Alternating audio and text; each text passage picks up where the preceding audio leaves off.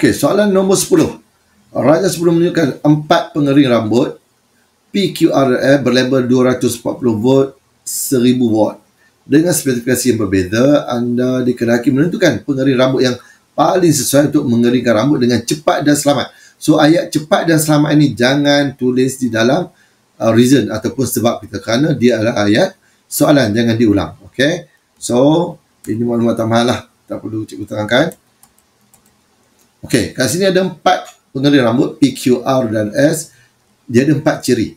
Ciri yang pertama ialah unsur pemanas. Okey, unsur pemanas. Yang kedua, kita tengok ni, kipas ada 40 watt, ada 60 watt. Maksudnya dia punya kuasa, kuasa kipas. Kuasa kipas, ciri yang kedua.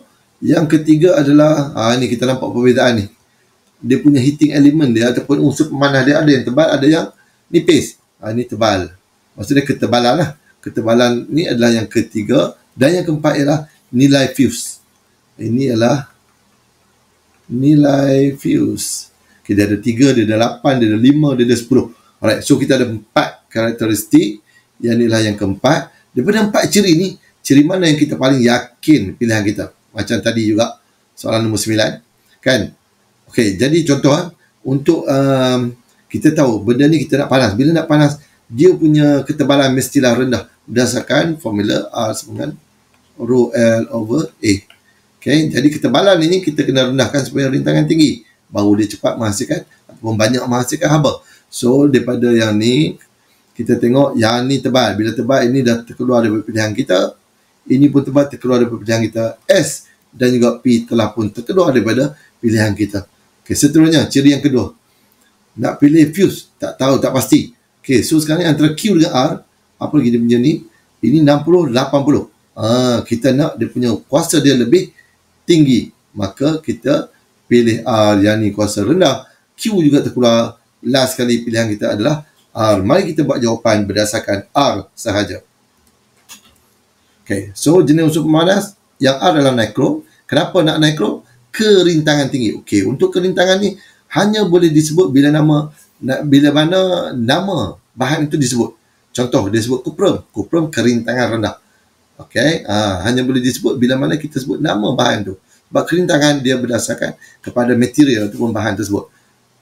Rintangan tinggi pun boleh kita sebut sebab nikrom ini memang satu unsur yang mempunyai rintangan yang tinggi. Banyak haba yang dihasilkan. Alright, seterusnya ketebalan mesti nak nipis. Kenapa nak nipis? Sebab rintangan tinggi. Yang ni tak boleh sebut kerintangan tinggi. Mesti sebut rintangan tinggi. Alright, ini banyak haba dihasilkan. Ulang balik yang atas, tak ada masalah. Alright, seterusnya fuse. Okay, untuk dapatkan fuse tadi, kita memang kat situ kita isi 5 ampere sebab kita salin yang R punya, nilai dia memang 5 ampere. Boleh dapat, maka yang ketujuh. Ini ketujuh, sorry. Atas ni lagi, kuasa kipas besar. Jangan tulis nombor, kecuali yang fuse ini. Sebab dia memang fix nombor. Kuasa kipas kita nak besar. 80 dengan 60, sebut besar. Okay, ini adalah markah yang kelima. Kenapa besar? Kuasa kipas besar, dia akan memusingkan kipas itu dengan lebih laju. Maksudnya udara yang keluar dengan laju yang lebih tinggi. Alright. Yang fuse ini memang kita kena buat calculation berdasarkan formula P sama dengan IV. Jadi I sama dengan P per V. Jadi yang kita dapat ni power dia 1000 bahagikan dengan 240, kita akan dapat 4.167 ampere. Jadi untuk fuse kita kena ambil lebih tinggi daripada nilai arus yang digunakan oleh alat tersebut. That's why kita pilih 5 ampere. So, reason dia akan membuat je calculation ni, menunjukkan pilihan kita adalah 5 ampere. Dan last kali saya tulis, saya pilih R kerana untuk dapatkan markah ke-10 ini, kerana jenis unsur adalah nikrom, ketebalan yang nipis, kuasa kipas yang besar, dan fuse 5 ampere. Selesai. 10/10. Bye-bye.